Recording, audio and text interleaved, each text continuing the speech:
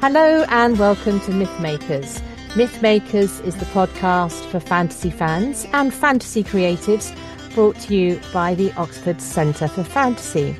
My name is Julia Golding, and today I am joined by my good friend and also a lecturer in English literature at the University of Manchester, Dr Ingrid Hanson. And we're going to be discussing William Morris, and in particular, his fantasy novel, The House of the Wolfings, which I think will absolutely fascinate you Lord of the Rings fans out there. So first of all, Ingrid, hello. Tell us a little bit about who William Morris is. Some people may have vague ideas that he's something to do with furniture and fabric, but there's much more to him than that. That's a very good point. And yes, when I tell people that I work on William Morris's work, people know that I'm an English literature scholar and they sort of go, "You mean the wallpaper man?" Which seems a bit surprising to people. And I do mean the wallpaper man. But indeed, Morris is much more than the wallpaper man. So in his own time, he was most well known as a poet, actually. The poet of the earthly paradise is how he became known in the sort of mid-19th century, around about when he published that in the late 1860s.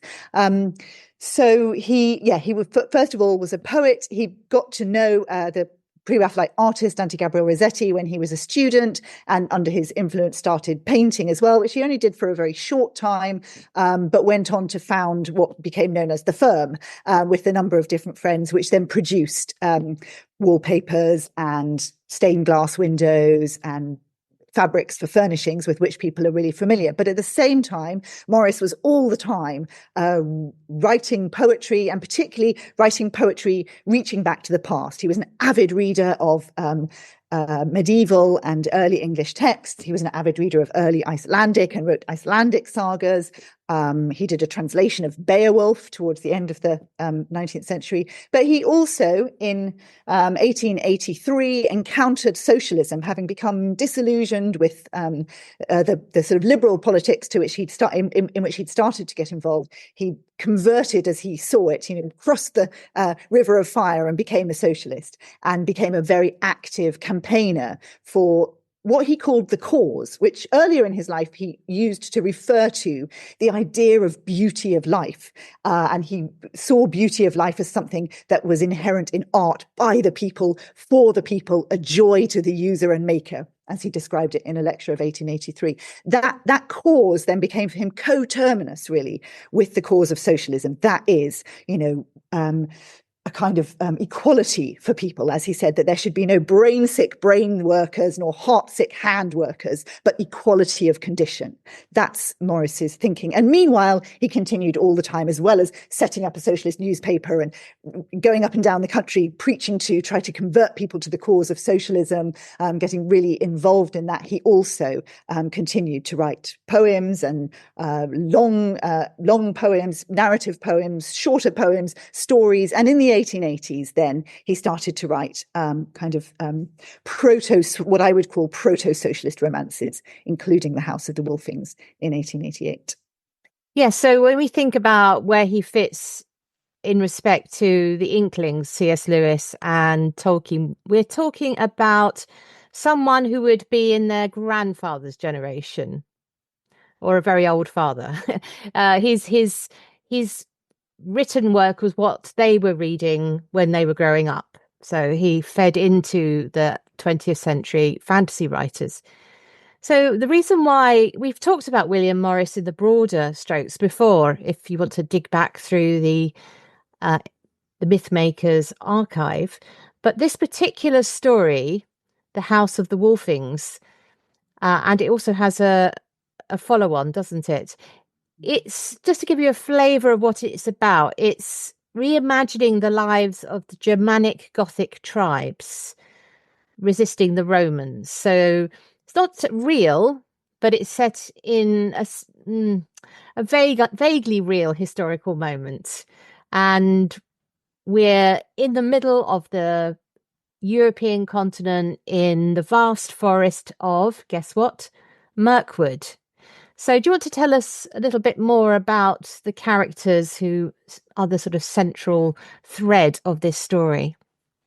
Yeah, so the story starts with, it's important, from my perspective, it's important to say that I am going to tell you about the central characters, but characters is really important. This is a text that is about community, and that's really important in Morris's writing always. He's not about, we do have lone heroes. We have the central hero, Theodulf, in this text, and you'll see from that name the kind of way Morris is reaching back to earlier forms of Old English. But Morris is interested in the community of the Wolfings. That's why it's called the House of the Wolfings. He tells us that at the beginning about where they live, about the way that they fish the local rivers and they consider the rivers to be their friends. It's actually a book that's really interested, for those of you who are interested in questions of ecology, it's a book that's really interested in the relationship between people and the land on which they live, people and the earth. And Morris sees that relationship as one that is kind of two-way. It's a reciprocal relationship in this text. So it begins with the call to war of the Wolfings, and it's a kind of war in which then there needs to be a sort of gathering of the tribes against the incursion of the Romans. And the sort of war leader is Theodulf, and his love interest, who is also in her own right a powerful prophetic leader, is Wholeson. So we have these two really Wholeson. Hang on. Wholeson is the daughter. Yes. Woodson is the lover. Yes. His two female characters have similar names. So we've got in the hall, Wholeson, who acts like a sort of priestess guarding the Vestal flame. That's a Roman term. I shouldn't use that. And then we've got out in the wood, the more nature demigod figure of Woodson. Yeah. Yes. So that's the kind of the beginning of the story, and the story unfolds, telling the story of the battle in which Theodulf in the end has to kind of make a choice about sacrificing himself. So there's a, it's so far a kind of classic war tale and a classic war hero story. It's worth just noting that other characters in this tale are, for instance, people's swords, which have names like War Babe. So it's just worth noting that Morris is interested too in what he sees as a kind of organic relationship between people and their weapons. And I think part of that is because this is a text which is written at the height of Victorian industrialism. Morris is very disgusted with the kind of alienation of labour that he sees all around him, and the way that people might be working in a factory just putting a glass bead, making one glass bead with no sense of their belonging to the community or what the outcome is going to be. And so in a sense, this is a text that's imagines a different kind of community working together in order to defeat an enemy. And when he describes the kind of movements of battle of the Wolfings, they're always organic versus the kind of rigid structures of the Romans, which he borrows from Gibbon, The Decline and Fall of the Roman Empire, which he had read as a young man. So he's very well versed in the kind of histories of the conflict of the Goths and the Romans, but he brings to it his own fantastical elements, and elements which are about a kind of organic relationship between people, dependence between people, and dependence between men and women too. Yeah, so there's something interesting to note as well about the style of the novel, which is a mixture of narrative and then poetry. People often speak their thoughts in poetry. Was he the first person to try this in the Victorian period? Is he blazing a trail here? He's doing something really quite unusual, and it didn't go down very well. He received quite a lot of critique for this novel. Various people felt that it was a sort of pastiche, his style. He has a kind of, it's not written in sort of contemporary language. He's trying to reach back to an older kind of Anglo-Saxon idiom, really. And that combination of prose and verse allows people to sort of move in and out of kind of the story, the telling of the story in prose, and people's expression of their feeling in verse, which again, so it reaches back to that older idiom. Yes, he doesn't use alliterative verse in the way that Tolkien does for his. This is similar to the bit in the Battle of the Pelennor Fields, where you go from battle to poetry and back again. Some of the strongest parts, though, are the battle poems. I just wanted to read a little bit to give everyone a sense of what it's like to read this book. So Wholeson, the daughter, who is one of the sort of powerful figures in the community, at an absolute key point just before they have the showdown at the end with the Romans, she gets this wonderful moment to speak. So now she lifted up her voice and sang so that many heard her. For at this moment of time there was a lull in the clamour of battle, both within the garth and without. Even as it happens when the thunderstorm is just about to break on the world, that the wind drops dead, and the voice of the leaves is hushed before the first great and near flash of lightning glares over the fields. So she sang, "Now the latest hour cometh, and the ending of the strife. And tomorrow shall we take the hand of life, and wend adown the meadows, and skirt the darkling wood, and reap the waving acres, and gather in the good." It's a longer poem, but I just want to pop to the end of it because it's got a very Tolkienian end. And she says, just as they're about to fight, "E'en so is the tale now fashioned, that many a time and oft shall be told on the acres' edges, when the summer eve is soft, shall be hearkened round the hall blaze, when the midwinter night the kindred's mirth besetteth, and quickeneth man's delight. And we that have lived in the story shall be born again and again, as men feast on the bread of our earning, and praise the grief-born grain." So she's already imagining herself as part of a story in the future, which anyone who is keen on Lord of the Rings knows this is often a sort of theme within the story, that the characters are aware that they may also be themselves heroic figures of a kind later on. But it's given here to Hall's son.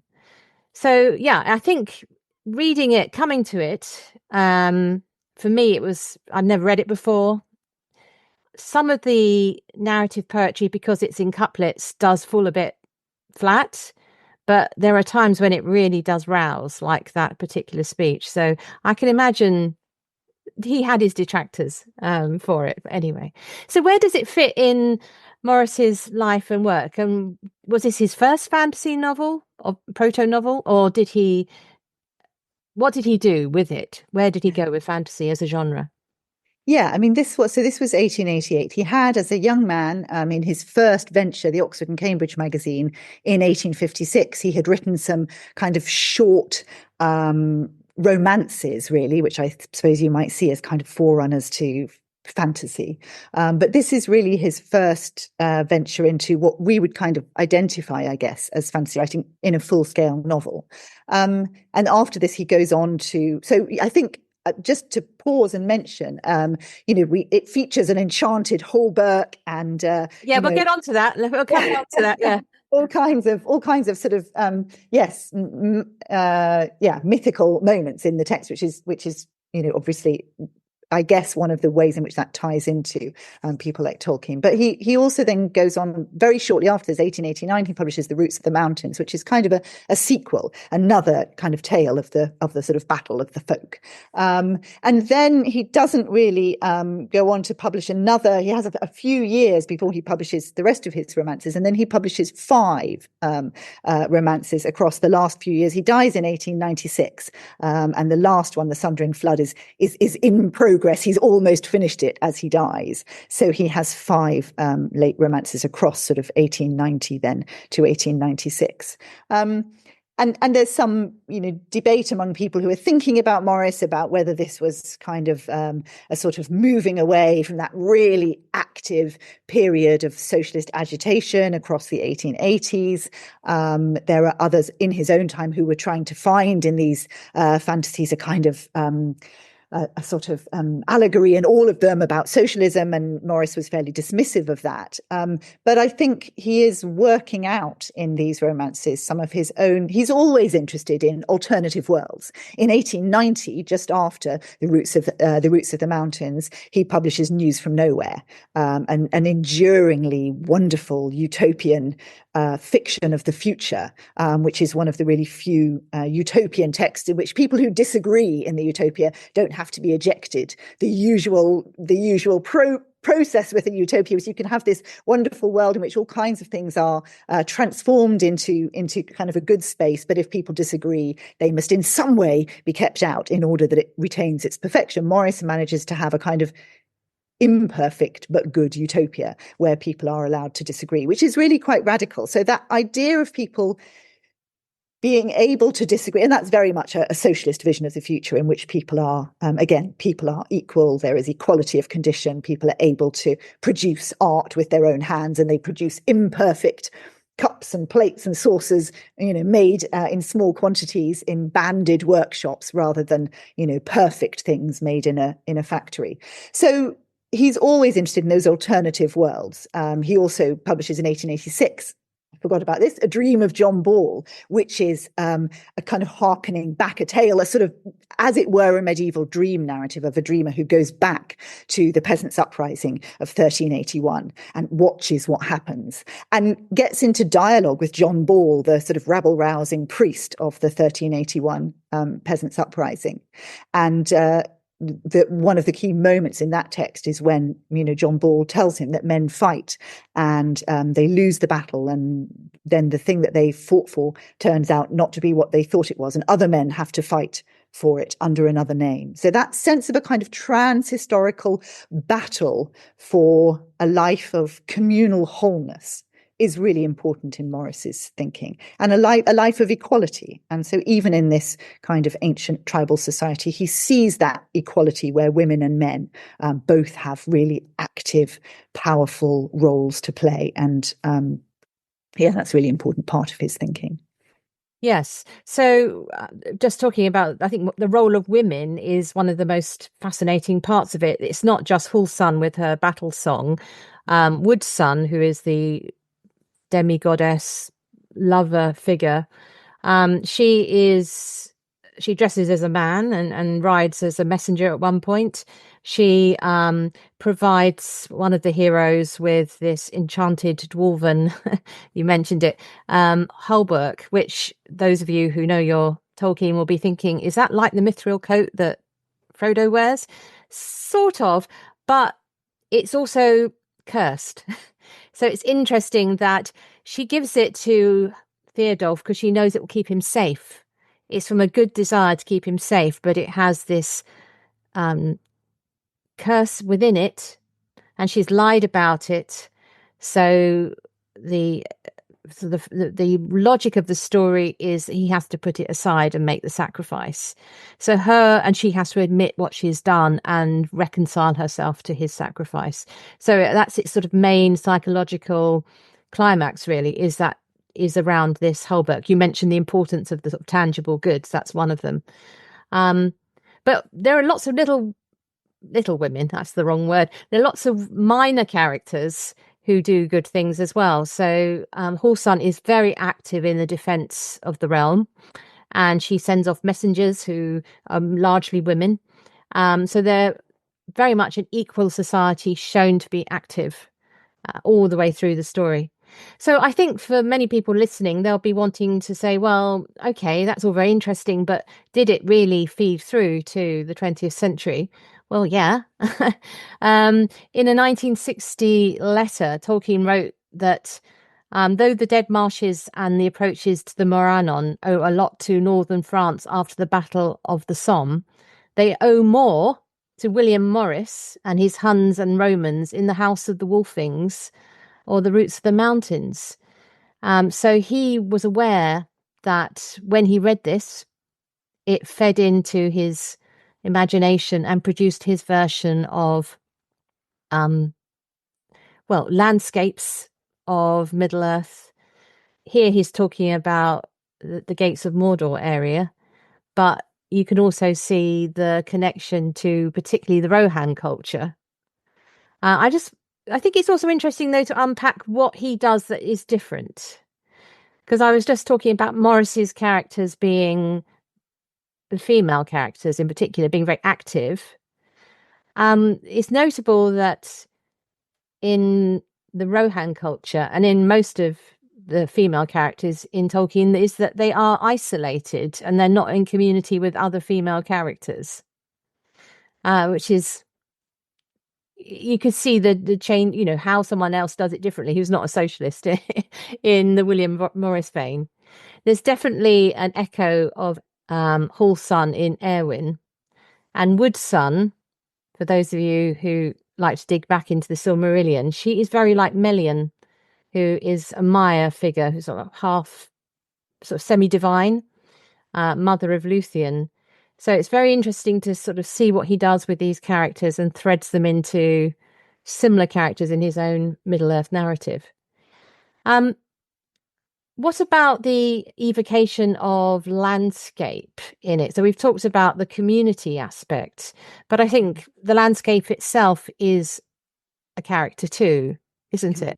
Yeah, absolutely. So important. The strength of the Goths in this text comes from their knowledge of the landscape, their ability to use the woods and the trees, their sense of friendship with the river, their sense of the natural world being their ally. They're so closely associated with it, and all the time when they're fighting, when they're living at the beginning, when they're sending messages to one another, that sense of being in community with the landscape is really important. So the senses are really important in this text. I would be interested to know how that feeds over into Tolkien, but certainly in this text, Morris's characters are always willing to express themselves. They're willing to be emotional, both men and women. So we have the singing and, Theodulf kind of swooning when he's got the hauberk on in a way that's not helpful. He has to put that aside, but a sense of kind of embracing life as something that is full of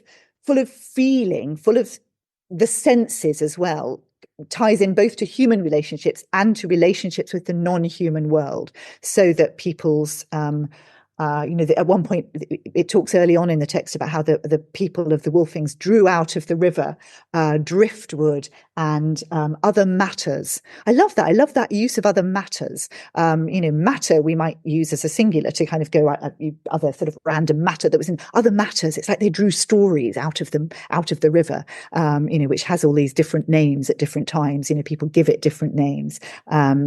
Sort of nicknames almost as the people change. So the landscape as well is full of story and is part of the story. And you're right in that wonderful bit that you read about the sense of the characters themselves being aware of being part of a story. And that goes back to what I was saying about A Dream of John Ball. I think Morris's really strong sense of a kind of trans-historical story of people and land and community. Yeah, so once I will come to your point about the emotion, but just on the location, I mentioned it's Mirkwood, and the geography is very, very similar to Rohan, except flipped. So when you're reading it, if you just flip it in your head and turn the Middle Earth map around a bit, it ends up at the same. And the hall of the Wolfings is very like Edoras. Which is, of course, like, that's because it's like the real great halls that were built by the Anglo-Saxon and the early Goths and what have you. So here's the what they call the roof of the Wolfings.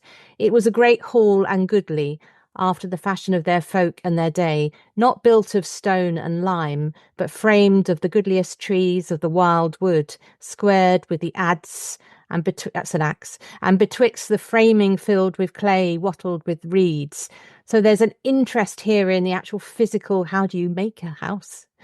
Long was that house, and at one end anigh the gable was the man's door, not so high that a man might stand on the threshold, and his helm-crest clear the lintel, for such was the custom that a tall man must bow himself as he came into the hall. Love that detail. Architecture forcing sort of subservience to the community. It's just wonderful. And can I interject there for a minute? Just to say that's so important, that question of architecture for Morris. He, in the many things he did in his life, I didn't mention that when he first graduated from Oxford, he worked for an architect called George Street, and he intended to go into, first of all, when he was an undergraduate, he intended to go into the church. Then he decided not to do that. he decided to become an architect, and he didn't stay very long with George Street, but he was always interested in architecture, really observant about it from his young age. He used to go, doing brass rubbing in churches. He was interested in the sort of tactility of buildings, but also really interested in Gothic architecture. And he read John Ruskin's work about Gothic architecture as a young man and became really interested in that. And for him, always that sense of environment is really, really important. And the way in which environment does shape what happens to people's lives in it. So again, in the lecture that he gives in 1883 called The Beauty of Life, he says, for instance, no one who cuts down a tree wantonly or carelessly, especially in a big town or its suburbs, need make any pretense of caring about art. I love that. It's a very Morris statement. It's a very large statement, but actually he's thinking, and then he goes on to talk about the sort of terrible housing in the slums in London, and what he sees as the kind of showy, ostentatious, unbeautiful houses of the wealthy. And these things are sort of partners to each other. Whereas what he wants is for people to have houses that are kind of, fit to live in. And his sort of famous dictum in that same lecture, The Beauty of Life, for people to have houses where they don't have anything that they don't, know to be useful or believe to be beautiful. But there's a kind of that it's not just about everything looking pretty. That beauty is about what he calls the beauty of life. So a sense of coherence between people and their environment, and the kind of justice in that people should have the right to enjoy their environment. That's really important in Morris's thinking, and I think that comes through in here. So his interest in architecture, yes, he's interested in the technical details of how tall a doorway has to be, and the way in which the roof is constructed, and the materials from which it's constructed. So all of that, he's interested in a kind of what we would see now as a sort of ecologically whole way of that's important to him, the way in which different parts of an ecosystem are working together. And there's been, even this week I saw an article about how William Morris's designs have ruled the world. They sell them in Waitrose. The furniture fabric is so familiar now. People have forgotten who was behind it once upon a time. It's in fact probably far too industrialized for his taste, I'd have thought. But anyway, going back to your question about the passion and the emotion expressed, I think when we're looking at Tolkien, there are two peoples that these Goths are like, and that is the ones we've already mentioned, the Rohan people, but also the hobbits. And both the Rohan people and the hobbits sing spontaneously in the similar ways to this the Wolfings do, or the Huns, the Goths do. And I'm thinking in particular of, well, the hobbits just sing at a drop of a hat. They will make things up at key moments of passion as well as to entertain them while they're walking. But the closest resemblance is the songs of war and lament and battle cries that the Rohan people sing. And both the hobbits and the Rohan are referred to as being young cultures, compared to some of the older, slower cultures of like Ents and elves, and even Gondor, which is older, the men of Gondor. They've got a longer lineage. The fierce, intense appetites is a good way of putting it, of the Rohan people and the hobbits sort of make them the closest. And it's interesting, it's the Rohan people who knew of or had stories about hobbits in their culture, and everyone else has forgotten them. Treebeard has no idea they exist, whereas Rohan did know.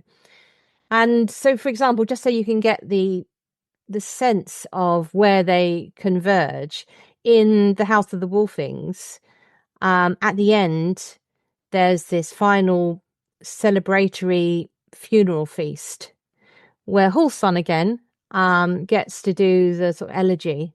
It's a longer elegy, but I'm going to read you a bit because it imagines the reward for the war leaders, Theodulf and his fellow war duke, Otter, who both, sorry folks, it's not a happy ending for them. They have both died in battle, and so they're getting their reward in the afterlife. And so she sings, "Warfather gleams where the white light streams, round kings of old, all red with gold, and the gods of the name with joy aflame, all the ancient of men grown glorious again. till the slain's father crieth aloud at last, here is one that belieth no hope of the past. No weapon, no treasure of earth doth he bear, no gift for the pleasure of Godholm to share, but life his hand bringeth, well cherished, most sweet. And hark, the horse singeth, the folk wolf to greet. So all that Theodulf takes into the afterlife is his name. He can't take his dwarf Holberk, but he gets a greeting because he's gone there, having lived up to his name and his forefathers, which is very, very similar to the sort of laments and elegies that you get. And Theoden, as he dies on the battlefield, says he won't be ashamed to be in the house of his fathers. So there's a connection there for this. They are both very, you can see that they are related to each other in that sort of young, tribal, passionate, quite close to the land, full of horses, by the way. I haven't mentioned the horses yet, but they've got a very similar cultural background. So that's where I would see it lying in Tolkien. But it's not really, I don't really mean this to be, we should only be interested in it because it leads to Tolkien, because I think it's much more interesting than that. It's looking at what Morris is doing about reimagining a prehistory for this part of Europe. Because if you think of the real Roman Empire, this is where it stops, in the woods of Germany, never goes any further. It's met its frontier. So it's like the frontier wasn't Asterix. It was over here. And so this is where the old tribes meet the new people arriving. And I'm interested looking at what Morris does with real enemies like Romans when they meet at these frontiers versus Tolkien, who also thought about his story as a kind of prehistory. But his frontier people are orcs and people that you can immediately sort of feel, oh, yes, they must be bad. So what did you get? There is one Romans are mainly described as a group, aren't they? And they're very dastardly. They burn people alive and do all sorts of terrible things. But there is one Roman leader at the end who gets his moment. Mm-hmm. What did you think of you were talking about the Romans being mechanized and part of the sort of incoming. Can you unpack that a bit more for us so we can understand what's going on there? Yeah, I think that's really important for Morris. He writes elsewhere, he has an essay that he writes with a fellow socialist called Ernest Belfort Bax called The Development of Modern Society. And they look back at the kind of Goths and the Romans and their encounter and what happens. And Morris sees the Romans very much as he's kind of imagining them, at least, as kind of proto-Victorian capitalists. So this is not, it's quite important to say, this is not a text that is a kind of patriotic nationalist text. Morris is not interested in patriotism or nationalism. He's really against a kind of gung-ho nationalism. He's very against colonialism, which he describes as gin and Bible and gun and Bible. He's not interested in that in his newspaper that he edits. That's the kind of language that's used about colonialism. And Morris isn't interested in that. He's not interested in a kind of so he's not interested in a kind of patriotic battle for the land, but he is interested in thinking about a kind of wide trans-historical community. In some ways, I think Morris's kind of thinking, we might see it as more akin to what present-day anarchists would see as bioregionalism, i.e. a kind of association of different groups of people with the kind of environment in which they live. So he's very interested in that, and his sense of battle is battle against. Yes, so the Romans, their sort of formations, their battle formations are described very clearly most of the time. They're absolutely sort of unbreakable. They're seen as against the organic lives of the Goths. They are seen as the kind of incursion of industrialization, mechanization, a kind of forced loyalty, which is the kind of text makes clear to us their loyalty is not about love and passion, but it's about obedience. And Morris is very much against that. So I think that's an important part of the text. I think the text is not uncomplicated in some ways. And for myself, as a reader of Morris, who is also, very much against war, I think it's interesting to see the way in which he uses it. And he changes over his life, his sort of sense of the extent to which he is against war, but his imagination of battle is almost always an imagination of kind of struggle, the continuing struggle against what is wrong. And so he constructs this enemy that is an enemy who yes, certainly is powerful and he doesn't other them in a sense. They're sort of accessible. You see and know who they are. And he does allow, yes, for the odd exception. That's always the case. That's always the case for Morris. Whatever the situation, there's room for the exception. There's room for the person who makes a different decision. Yeah, and he makes, in terms of the battle plan, the Wolfings and their allies come unstuck when they try and fight like the Romans, but they win when they come out of the forest. And so that sort of they go around the edges of these geometric shapes that have to sort of turn to face them, but they can creep round and get at them at different areas. And in the battle I mentioned, where Horsan sings her song to encourage everybody, it's very clear that it's everybody in the community is fighting. It's a defensive battle for their homes, not a battle of expansion. So the great company is made up of the men of the stay-at-homes and the homeless and the women. So it's not just the warriors. Everybody fights in this community, and that's how they eventually win, because the conventional armies have failed or been outnumbered. It's not fair to say they were failed, but they were overwhelmed.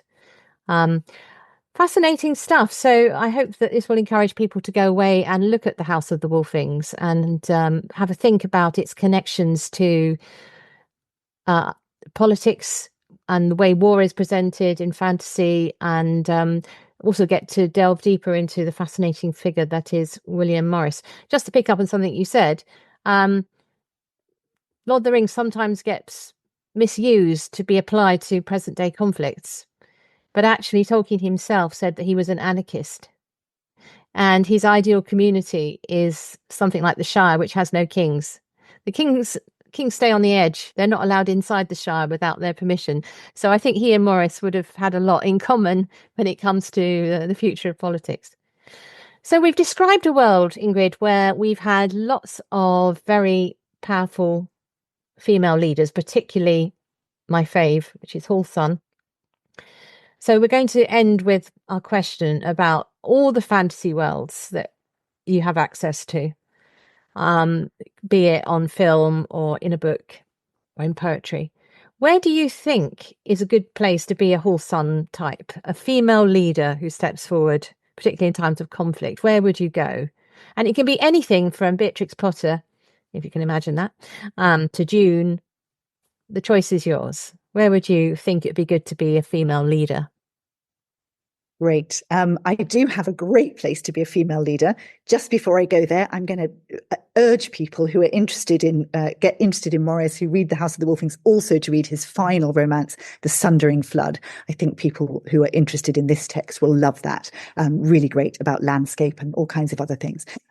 However, in terms of a good place to be a female leader, oh my goodness, where I would go is into a world called Ladyland, which is dream world of a writer called Ruqayya Sakhawat Hussain, writing in the Indian Ladies magazine in 1905. She publishes this world. It's a kind of utopian fantasy in which the author wakes up and finds herself in Ladyland. So in a society in which women are often in purdah and kept away from society, now a war arose. Now so let's go back. Now in this society, women are out on the streets and men are kept away. And the history of this is that a war arises and men do all the usual things and want to fight and want to battle and want to assert their warrior skills, and they're failing. And so the women say, look, you're exhausted, the thing isn't working. Why don't we come up with an idea? So they use all their fantastic scientific skill and they conjure up a kind of a solution, which I won't spoil. It's a very short story. Please do go and find it. You should be able to find it online. They use their scientific skill to conjure up a really non-violent but wholly successful way of winning the war, after which they decide, really, we might as well get on and run things. Women can go to universities, develop their knowledge, come up with all kinds of different scientific solutions to the world, and we'll just leave the men behind doors for the moment. So I'd like to say that fantasy thinking, in my view, particularly utopian writing, is often thinking about what's wrong with the world and imagine a big way in which we might fix it. So I don't think that it would be a good idea for men to be shut up behind doors. But I think for the moment of this world, just thinking for a minute about the liberation of women in this moment, it's a wonderful way of constructing an idea of what the world might look like if women were allowed equal opportunities with men. Yeah, so I suppose it's very easy to think of the places where it would be bad, the dystopian places like in Handmaid's Tale, where there isn't such really a thing as a female leader. And I also then thought of places where if you wanted to be a really autocratic female leader, an unreasonable one, of which there are some in the world at the moment, something like Alice in Wonderland, you can be completely off with their heads there. So that, and with no consequences. So if that's your preference, that would be a good place to go. But where I was thinking of a place where gender no longer matters, which I suppose is the ideal, where we're just people. We can be fully female, fully male, whatever we want to be, and also be leaders. I was thinking, well, basically the Star Trek universe. They were, for many years, ahead of the game, putting on television and on film sort of versions of female leadership, which wasn't about the fact they were female. It's like post-gender in many ways. And so maybe that is the best place to be a female leader, because it doesn't matter that you're female. You're just a leader. Thank you so much, Ingrid, for taking us through the House of the Wolfings. And I will put a link to Ladyland for those of you who wish to find... what was the name of the writer again? Rokeya Sakawat Hussain. Okay, so I'll find that and put a link so you can follow that up if you wish to find out more about that fascinating story from India. Thank you very much. Brilliant. Thanks, Julia.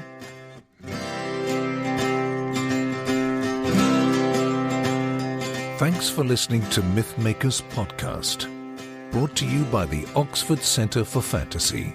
Visit oxfordcenterforfantasy.org to join in the fun. Find out about our online courses, in-person stays in Oxford, plus visit our shop for great gifts. Tell a friend and subscribe wherever you find your favourite podcasts worldwide.